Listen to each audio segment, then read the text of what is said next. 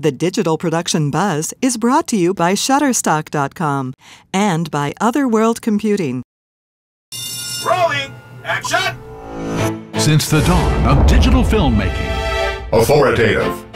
one show serves a worldwide network of media professionals, Current. uniting industry experts, Production. filmmakers, Post-production. and content creators around the planet. Distribution. From the media capital of the world in Los Angeles, California, the Digital Production Buzz goes live now. And welcome to the Digital Production Buzz, the world's longest-running podcast for creative content producers covering media production, post-production, marketing, and distribution around the world. Hi, my name is Larry Jordan, and joining us is our co-host, the ebullient, ever-affable, and handsome Mr. Mike Horton. The ebullient? Ebullient. Ebullient? I had to look the word up, but Wait it a minute. applied Let to you. me look the word up. What does that mean? Holy cow, it means that? It means cheerful Well, and thank you. energetic and bubbling over with You enthusiasm. say you can never make me smile? I'm smiling, Larry. I'm ebullient. Yes, you are It amazing. is Ebullient Thursday. And nobody does ebulliency better than you do. Thank you. We have an acting theme, watching Mike smile, for this evening. We start our program tonight with Justin Thompson. He's an actor, a filmmaker, and founder of Ashridge Films with more than 20 years of acting experience, especially in improv. Recently, Justin moved from London to LA, and tonight we want to talk with him about acting and the business of acting. Is there a difference in acting between London and LA? Yes. How so? Really? Yeah, big time, actually. Okay. I'd love to hear this. All right. So obviously theater, you need to be in London or New York. Those are the two places. Now, when it comes to auditioning, this is one of the things that I learned from casting.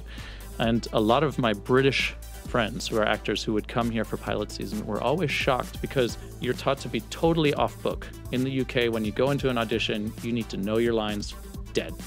And here, Yeah. even if you have it memorized, there's this whole technique where people say actually bring the sides in and occasionally glance down and act like you're reading it, because then it allows the casting director or the producer to believe that, oh, well, if he's this good, you know, while he's just kind of cold reading, imagine how good he'll be off book.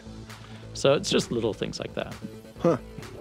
Then Ned Soltz joins us with his thoughts on two new cameras, one from Sony and the new Scion from AJA. Ned is the contributing editor for Digital Video Magazine, a moderator on 2Pop and Creative Cow forums, and a consultant on all things related to digital video. And a good friend of mine. And a good friend of mine. Yeah, really? Yeah. Better friend of mine. We talk daily. Right, Ned?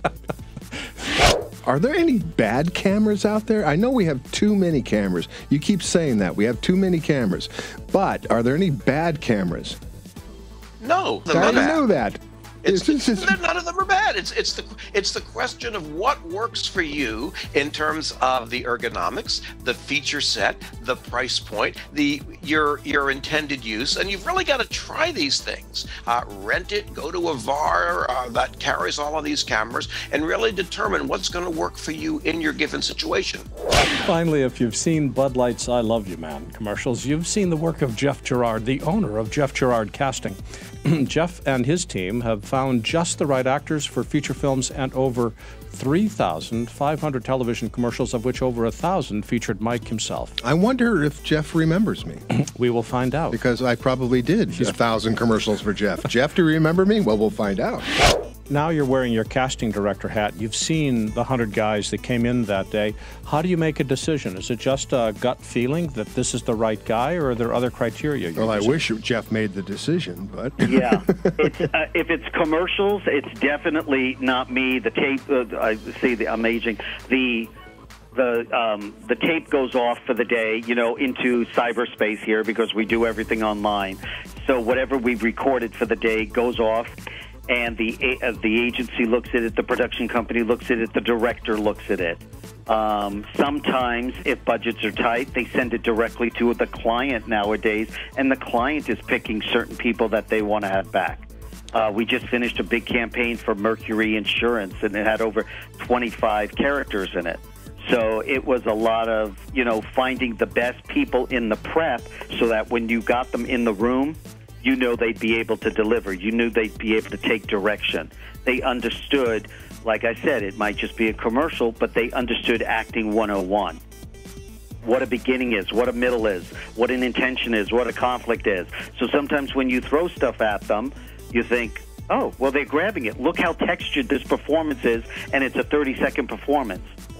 It's nice to hear that you had a career in acting. That's very cool. Well, I think I told you that 15 years ago, but you forgot. Yeah, well, the 750... I never talk about it. I really don't. It's kind of fun to talk about, but it's such a past life. It really is such a past life. I enjoy my new life as co-host of the Digital Production Buzz. Well, the thing I like is it's nice that you have a past life and some wonderful stories to tell from it, that's for sure. Okay. These highlights are from the Digital Production Buzz on March 5th, 2015. To watch the entire show, visit digitalproductionbuzz.com.